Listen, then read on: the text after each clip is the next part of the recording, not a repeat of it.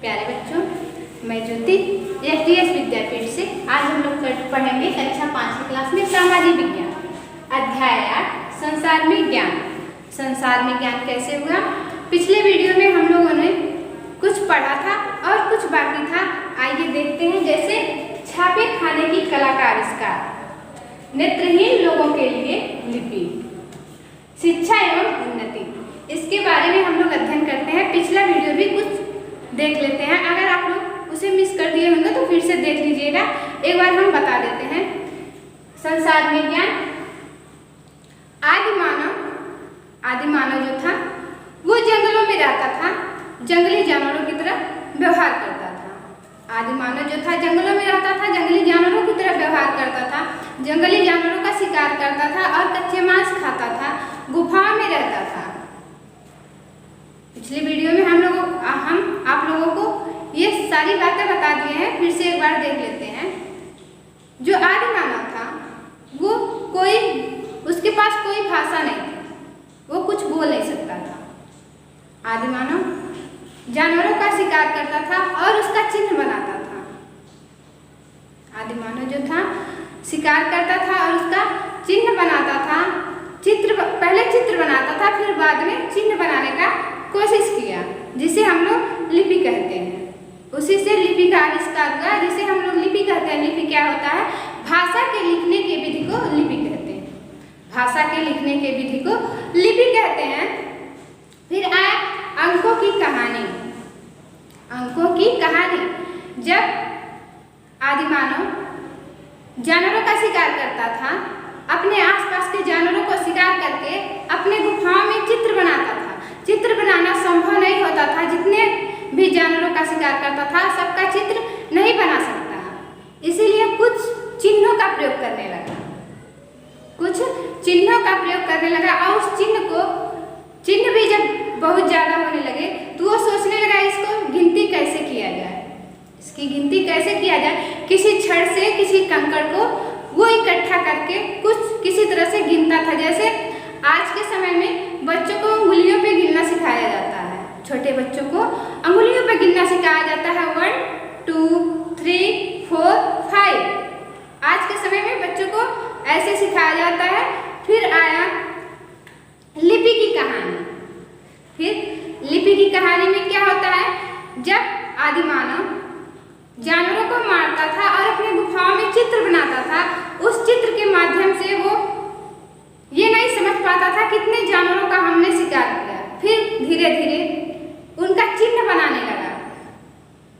चिन्ह बना करके वो कुछ अपने आप में कुछ ऐसे ही जोड़ने लगा, जिसे हम लोग लिपि कहते हैं। भाषा के लिखने की विधि को लिपि कहते हैं। ऐसी हस्तलिखित पांडुलिपियां जो हैं वो संग्रहालयों में देखने को मिलेंगी। ऐसी हस्तलिखित पांडुलिपियां जो हैं वो संग्रहालयों में आज भी आदि मानव के द्वारा बनाए गए चिन्ह संग्रहालयों में रखे हुए हैं। फिर आए रोमन संख्या। रोमन संख्या जो है अंग्रेजी के 7 अक्षरों रोमन लिपि से लिखी जाती है। पढ़ना और लिखना बहुत कठिन होता है। अब फिर कागज का आविष्कार।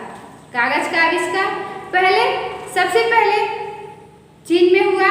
ये लोग जो फटे पुराने कपड़े को पानी में भिगोकर रखते थे और इसकी एक लुगदी बना लेते थे। फिर किसी मशीन में डालकर धीरे धीरे कागज का आविष्कार होने लगा। पहले लोग क्या करते थे? बड़े बड़े ताम्र के पत्ते एवं छालों पर लोग लिखते थे। चिकनी मिट्टी या बलुई मिट्टी पर लोग नुकीली छड़ से लिखते थे और उसे सुखाते थे और फिर पकाते थे उसको संरक्षित रखने के लिए। फिर धीरे धीरे कागज का आविष्कार हुआ। फिर आते हैं, आप देखते हैं छापे खाने की कला का आविष्कार।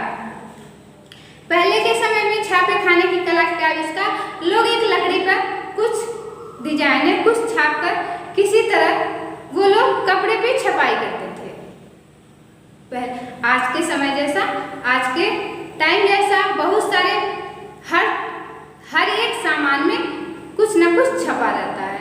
आज के समय की तरह पहले नहीं था। धीरे धीरे उसका भी आविष्कार आदि मानव ने ही किया। फिर देखते हैं नेत्रहीन लोगों के लिए लिपि। नेत्रहीन लोग सबसे पहले जानते हैं नेत्रहीन लोग कौन होते हैं? जो देख नहीं सकते, जो देख नहीं सकते, जो कुछ पढ़ नहीं सकते, उन्हें हम लोग नेत्रहीन कहते हैं।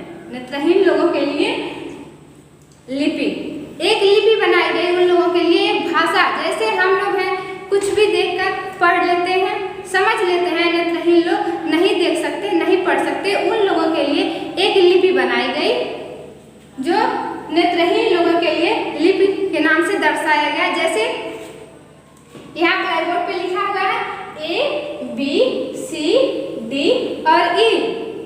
इसको वो लोग नेत्रहीन लोग कैसे पढ़ेंगे? ए के नीचे 6 गोले बनाए गए हैं, ए के नीचे 6 गोले बनाए गए हैं, जिसमें कि एक गोला भरा हुआ है, जिसमें कि बाएं तरफ की एक गोला भरा हुआ है। फिर बी नेत्रहीन लोग कैसे पढ़ेंगे? जिसमें कि 2 गोले इसमें भरे हुए हैं। वो लोग इसके माध्यम से ABCD के माध्यम से ना पढ़ के गोले के माध्यम से वो लोग पढ़ते हैं। उन लोगों के लिए एक अलग से लिपि बनाई गई, जिससे वो लोग पढ़ सके, अध्ययन कर सके और समझ सके। फिर A में एक गोला भरा हुआ है, B में 2 गोला भरा हुआ है और 3 में C में 2 गोले, ऊपर के दोनों गोले भरे हुए हैं। ऊपर के दोनों गोले भरे हुए हैं, इसका मतलब है ये C है। फिर D, 2 गोले ऊपर के और 1 गोले नीचे के भरे हुए हैं, इसको अब पढ़ेंगे D। और E है, E में एक गोला ऊपर और दूसरा गोला जो है दूसरे लाइन का दूसरा गोला भरा हुआ है। इसको नेत्रहीन लोग इस तरीके से पढ़ते थे। इस तरह उन लोगों के पढ़ने के लिए एक भाषा और एक लिपि का प्रयोग किया गया। अब देखते हैं शिक्षा एवं उन्नति। धीरे धीरे शिक्षा का विकास हुआ, ऐसे ही धीरे धीरे शिक्षा का विकास हुआ और शिक्षा में उन्नति भी हुई। आज के समय में सब कुछ शिक्षा पर आधारित है। जितना ही ज्ञान है, विज्ञान और शिक्षा पर आधारित है। विज्ञान हम लोगों को कहाँ से कहाँ तक ले आया, ये सब शिक्षा की ही देन है। प्यारे बच्चों, आप लोगों को समझ में आ गया होगा संसार विज्ञान कैसे कैसे हुआ, ये आप लोगों ने अच्छे से समझ लिया होगा। आप लोग इसे पढ़ेंगे और दोहराएंगे। फिर मिलते हैं अगले ऑनलाइन क्लासेस वीडियो में। धन्यवाद।